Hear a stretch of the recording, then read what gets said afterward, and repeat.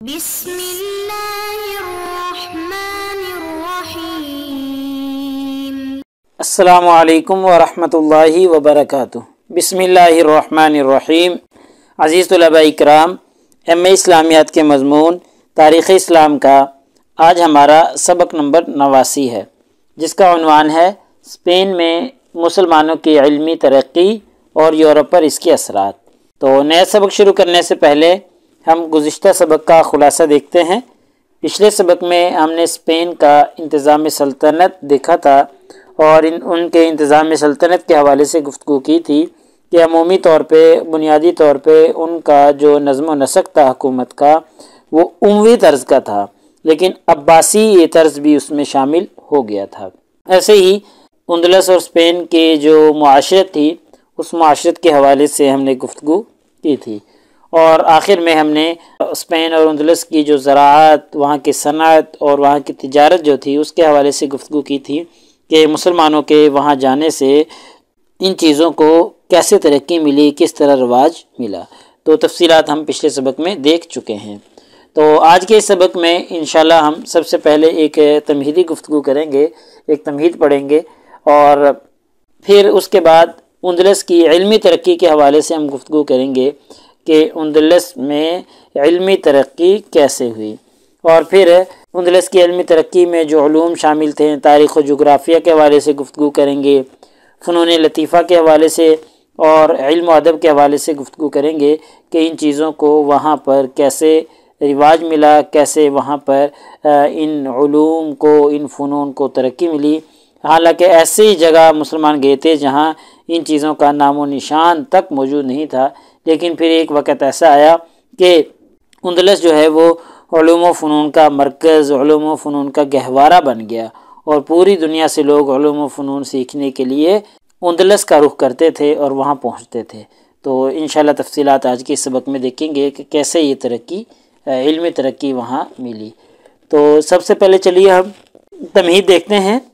تو تمہید میں ہم دیکھتے ہیں کہ مسلمانوں نے اندلس پر تقریباً 800 سال کے قریب جو ہے حکومت کی تھی، اور مسلمانوں نے اپنے دور عروج میں صرف اندلس ہی نہیں بلکہ اس کے ارد گرد کے جو ملک تھے، جن میں فرانس، اٹلی، اس طرح کے ممالک کے بھی انہوں نے اکثر جو علاقے ہیں وہ فتح کر لیے تھے، اور پھر یہاں کا جو تہذیب و تمدن، یہاں کے فنون جو تھے ان کو مسلمانوں نے بالکل بدل کے رکھ دیا، ان میں ترقی پیدا کر دی، پرانے زمانے کے جو طور و طریق چلے آ رہے تھے ان کا خاتمہ کر دیا۔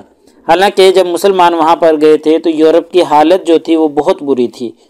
تو جب مسلمان وہاں پر گئے تھے تو یورپ جو ہے تاریکی میں ڈوبا پڑا تھا، اور عیسائی تہذیب و ثقافت کے لحاظ سے کسی بھی پسماندہ، کسی بھی جاہل اور بدترین قوم سے زیادہ نہ تھے۔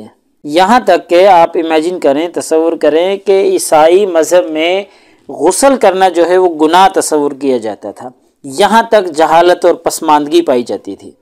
تو ایسے حالات میں مسلمان جو ہیں وہ یورپ پہنچے اور وہاں نیا تمدن، نئی تہذیب سے لوگوں کو روشناس کروایا۔ یہاں پر علوم کے جو راز ہیں وہ فاش کیے مسلمانوں نے، اور ثقافتی لحاظ سے ایک عظیم انقلاب جو ہے، علمی لحاظ سے ایک عظیم انقلاب مسلمانوں نے برپا کر دیا تھا۔ تو اس انقلاب کی وجہ سے ہی یورپ میں احیاء علوم کی تحریکیں چلیں اور علوم کا احیاء ہوا، اور ان علوم کی برکت سے اور ان فنون کی وجہ سے جو یورپ پہلے تاریکی میں ڈوبا پڑا تھا اب وہ جگمگا اٹھا تھا۔ تو چلیے اب ہم وہاں کے تاریخ اور جغرافیہ کے حوالے سے گفتگو کرتے ہیں کہ ان دونوں علوم میں کیسے وہاں پر ترقی ہوئی تھی۔ جو سب سے بڑے مورخ ابن خلدون گزرے ہیں، یہ مسلمان مورخ ہیں اور اندلسی خاندان میں ہی ان کی پیدائش ہوئی ہے، اور انہوں نے سب سے پہلے تاریخی ارتقاء کا نظریہ پیش کیا تھا، اور عمرانیات کی سب سے پہلے ابن خلدون نے ہی بنیاد رکھی تھی۔ ان کی کتاب جو تاریخ پر ہے اس کا جو مقدمہ ہے وہ علم تاریخ میں اپنی مثال آپ ہے۔ تو یعنی یہ جو ابن خلدون ہیں یہ اندلسی مورخ ہیں، تو اس سے پتہ چلتا ہے کہ تاریخ میں کتنی ترقی کی ہے مسلمانوں نے اندلس میں۔ ایسے ہی ایک اور مورخ ابن قتیبہ کے نام سے بھی گزرے ہیں، انہوں نے تاریخ افتتاح الاندلس کے نام سے ایک کتاب لکھی ہے، جس میں اندلس کی تاریخ عبد الرحمن الصوم سے انہوں نے شروع کی تھی۔ تو عبد الرحمن الصوم جب یہاں سے بھاگ کر وہاں چلا گیا تھا تو وہاں سے انہوں نے تاریخ شروع کی ہے۔ ایسے ہی ابن حیان اور ابن عباد وغیرہ بھی اس دور کے جو نامور مورخین ہیں ان میں ان کا تذکرہ کیا جاتا ہے۔ اور اگر جغرافیہ کے لحاظ سے دیکھیں تو اس دور میں اندلس میں جغرافیہ کے حوالے سے بہت زیادہ معلومات پائی جاتی تھیں۔ امن اور خوشحالی کا دورہ تھا، اور امن اور خوشحالی کی وجہ سے یہاں سے جو سیاح تھے وہ دور دراز کے ممالک کا سفر کیا کرتے تھے، اور اندلس سے افریقہ تک کے حالات قلم بند کیا کرتے تھے، جو کہ جغرافیائی لحاظ سے بہت اہم ہوا کرتے تھے۔ کہاں پر پہاڑ ہیں، کتنے حصے میں، کتنے خطے میں پہاڑ ہیں، کتنے خطے میں پانی ہے، خشکی ہے، یہ ساری معلومات جو ہیں وہ سیاح قلم بند کیا کرتے تھے۔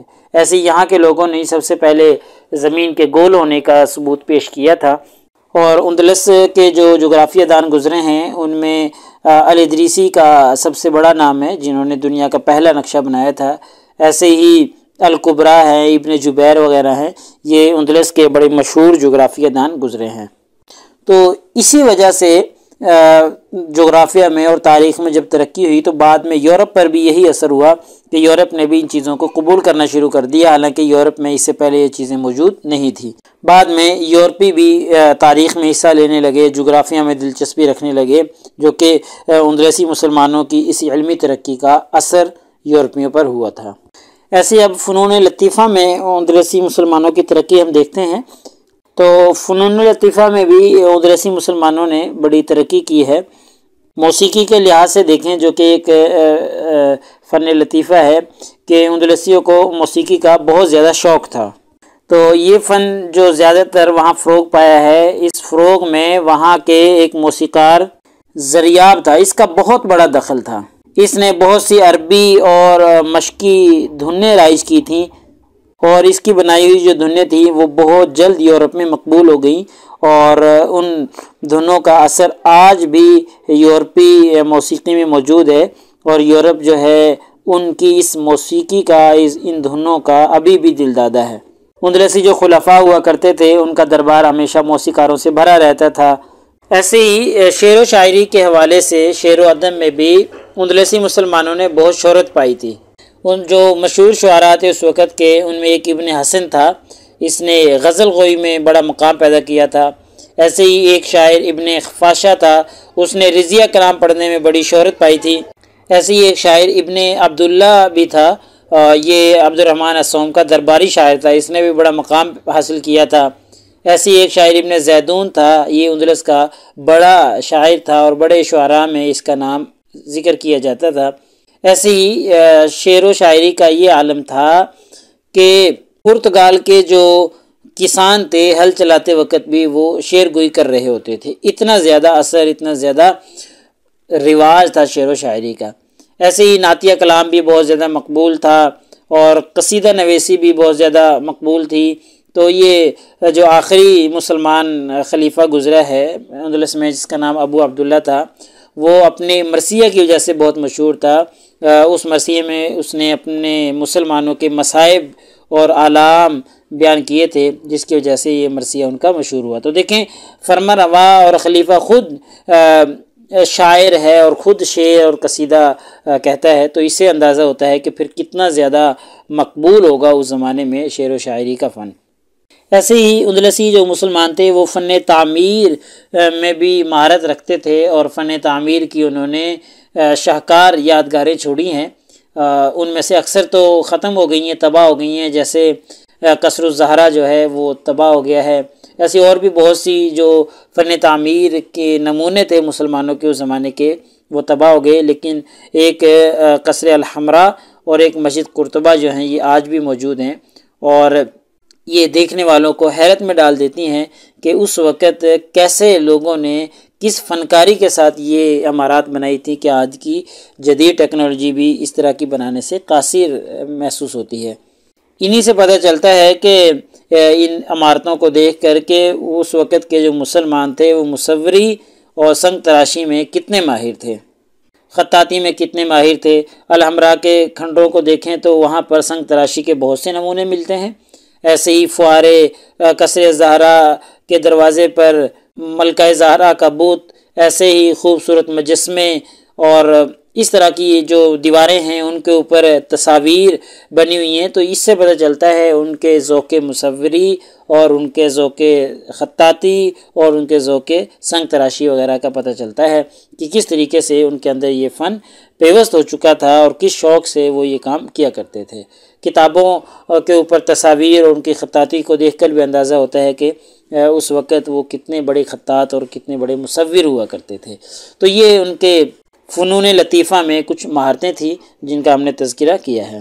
تو ان سب چیزوں کا ہی یورپ پر اثر ہوا اور یورپ بھی ان چیزوں میں مشغول ہونے لگا اور یورپ نے ان چیزوں سے فائدہ اٹھایا اور یورپ بھی پھر جگمگا اٹھا۔ اگر ہم یوں کہیں تو یہ بے جا نہیں ہوگا کہ یورپ کی جو موجودہ ترقی ہے وہ مسلمانوں کی اس علمی ترقی کا ہی اثر ہے۔ تو اتنا بڑا اثر یورپ پر مسلمانوں کے ان فنون لطیفہ اور ان فنون العلوم کا پڑا ہے۔ تو لہٰذا ہمارے آج کے اس سبق کا خلاصہ یہ نکلا کہ آج کے اس سبق میں ہم نے ایک تمہید پڑھی ہے اور ایسے ہی اندلس کی جو علمی ترقی ہے اس حوالے سے ہم نے گفتگو کی تھی، اور علمی ترقی میں ہم نے تاریخ و جغرافیہ کی ترقی دیکھی ہے، ایسے ہی فنون لطیفہ کی ترقی دیکھی ہے، ایسے ہی علم و ادب کے حوالے سے ترقی انشاءاللہ ہم اگلے سبق میں پڑھیں گے۔ تو یعنی اگلا سبق ہمارے آج کے اس سبق کا حصہ دوم ہوگا۔ تو پیپر میں پوچھے جانے والے سوالات سے متعلق اگر ہم گفتگو کریں تو یہی ایک سوال ہے کہ جی اسپین میں یا اندلس میں مسلمانوں کی علمی ترقی اور اس کے یورپ پر اثرات کا جائزہ لیں کہ بھئی مسلمانوں نے جو وہاں پر ترقیاں کی ہیں یورپ پر اس کا کیا اثر ہوا ہے۔ تو یہ دونوں جہات سے ہم نے آج کے سبق میں گفتگو کی ہے، باقی علمی ترقی اگلے سبق میں بھی ہم کچھ دیکھیں گے۔ تو اگلے سبق نمبر 80 میں انشاءاللہ ہم اسی موضوع سے متعلق گفتگو کریں گے کہ اسپین میں یا اندلس میں مسلمانوں کی علمی ترقی اور یورپ پر اس کے اثرات۔ تو یعنی یہ آج کا سبق جو ہے حصہ اول ہوگا اور جو آئندہ سبق نمبر 80 ہوگا وہ اسی عنوان کا، اسی سبق کا حصہ دوم ہوگا۔ جزاکم اللہ خیر۔ السلام علیکم ورحمۃ اللہ وبرکاتہ۔ اللہ پاک آپ سب لوگوں کا حامی و ناصر ہو۔ اگلے سبق تک اجازت چاہتا ہوں۔ اللہ تعالیٰ آپ سب لوگوں کو کامیابیاں اور ترقیاں نصیب فرمائے۔